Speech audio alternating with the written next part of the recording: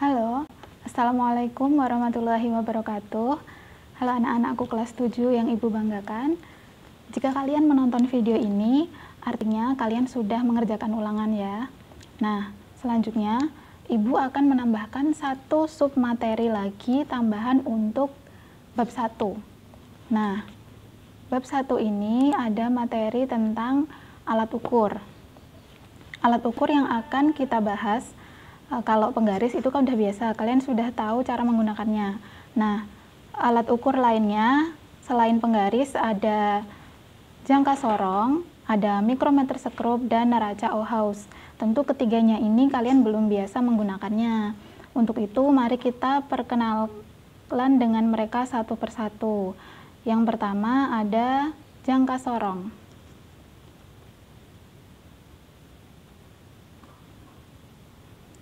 Nah,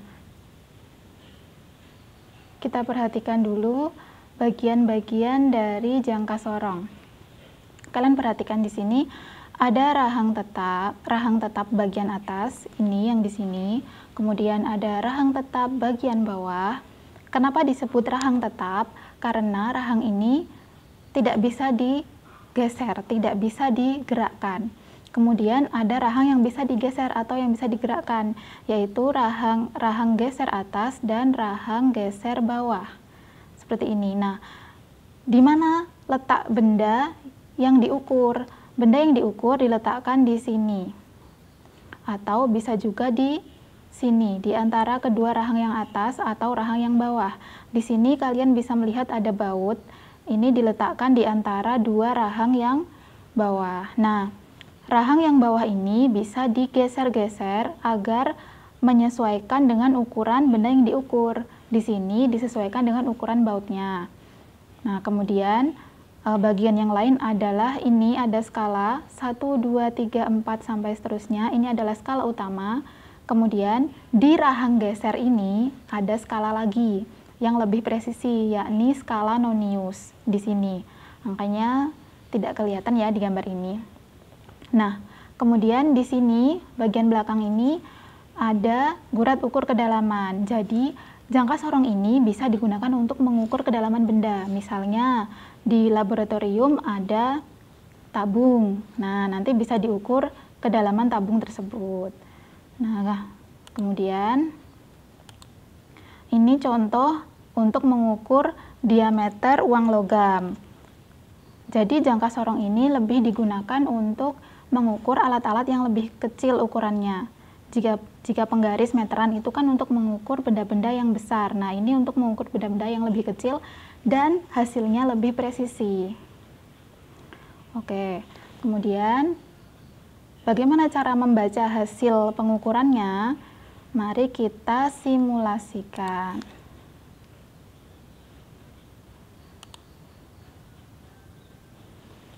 Tunggu sebentar ya. Nah, di sini. Jika skalanya diperbesar, ini adalah skala utama tadi, kemudian ini skala nonius. Misalkan, tadi kan skala nonius itu bisa bergeser dengan rahang gesernya tadi. Misal untuk menyesuaikan ukuran benda, nah skala noniusnya bergeser sampai ke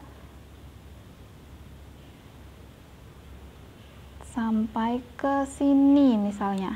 Nah, cara membacanya, yang pertama lihat bagian skala utama yang berdekatan, paling dekat dengan skala nonius 0.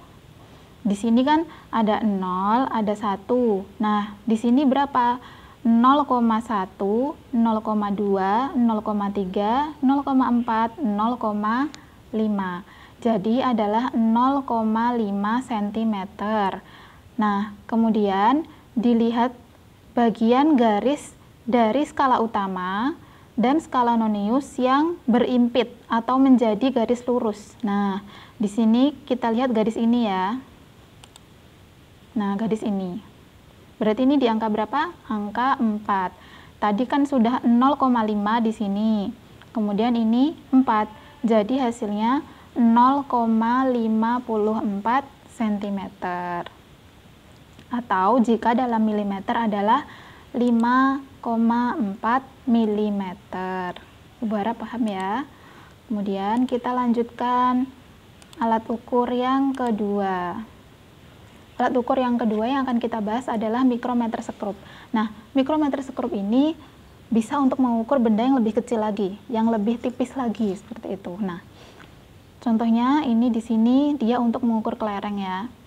Bagian-bagiannya, benda yang diukur, misalnya di sini kelereng, dipasang di sini.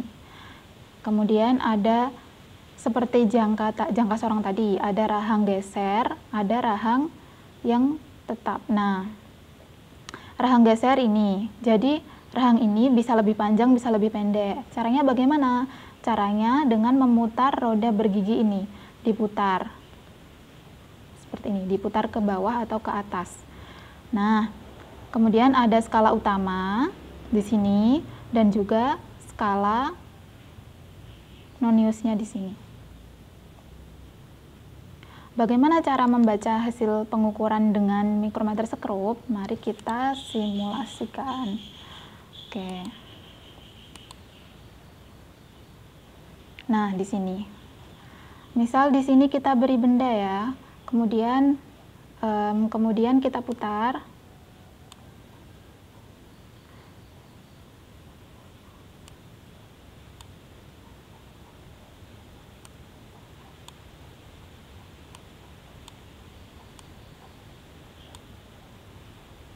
Untuk menyesuaikan dengan ukuran bendanya, kita putar. Nah,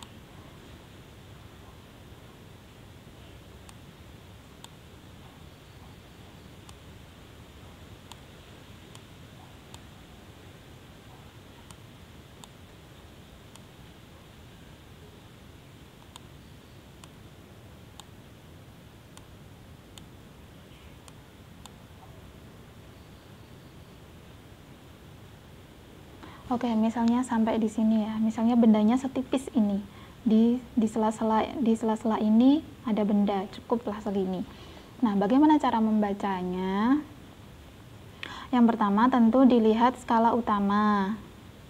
Nah, skala utamanya di sini. Sebentar, Ibu perbesar saja ya ukurannya agar kelihatan.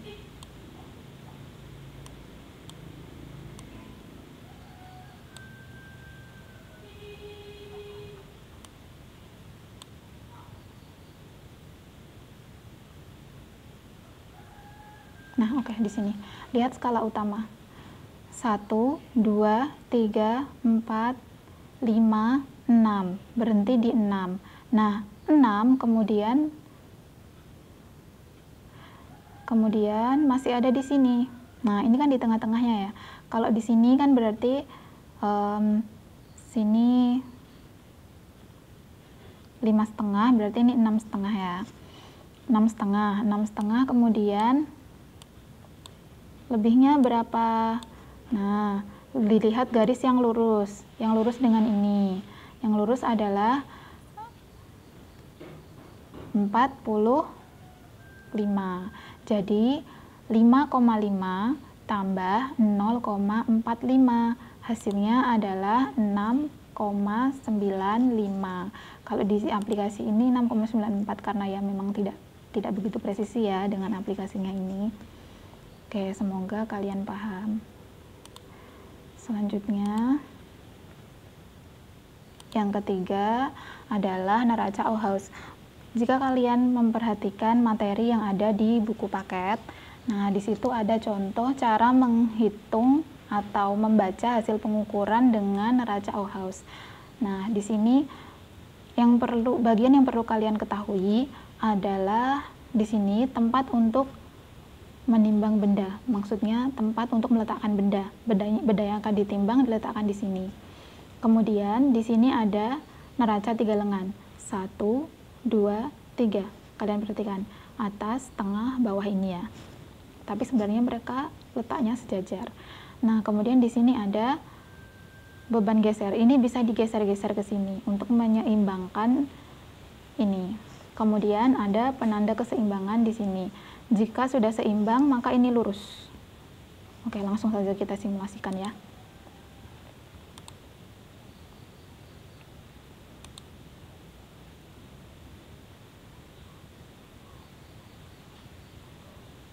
Nah, di sini.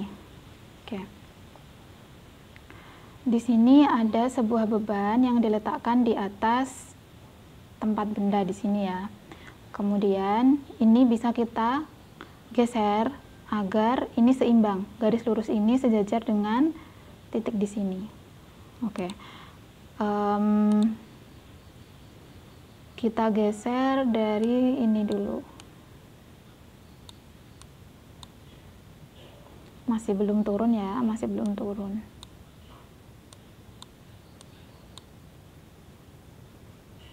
Kita coba geser yang lain. Oke, ini garisnya terlalu turun, jadi ini terlalu banyak. Kita geser ke kiri.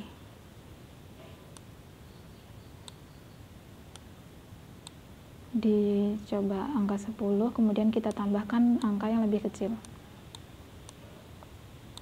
Belum. Oke, terlalu banyak. Nah, di sini sudah lurus ya. Jadi hasil perhitungannya kita tambahkan saja. 400 ditambah 10 ditambah 5. 400 tambah 10, 410 tambah 5 jadinya 415. Oke, sudah sama ya. Jadi begitu cara membacanya ya anak-anak. Di sini harus sudah seimbang. Kemudian di sini kita baca dari yang terbesar. 400 tambah 10 tambah 5. Jadi 415 hasilnya dalam satuan gram.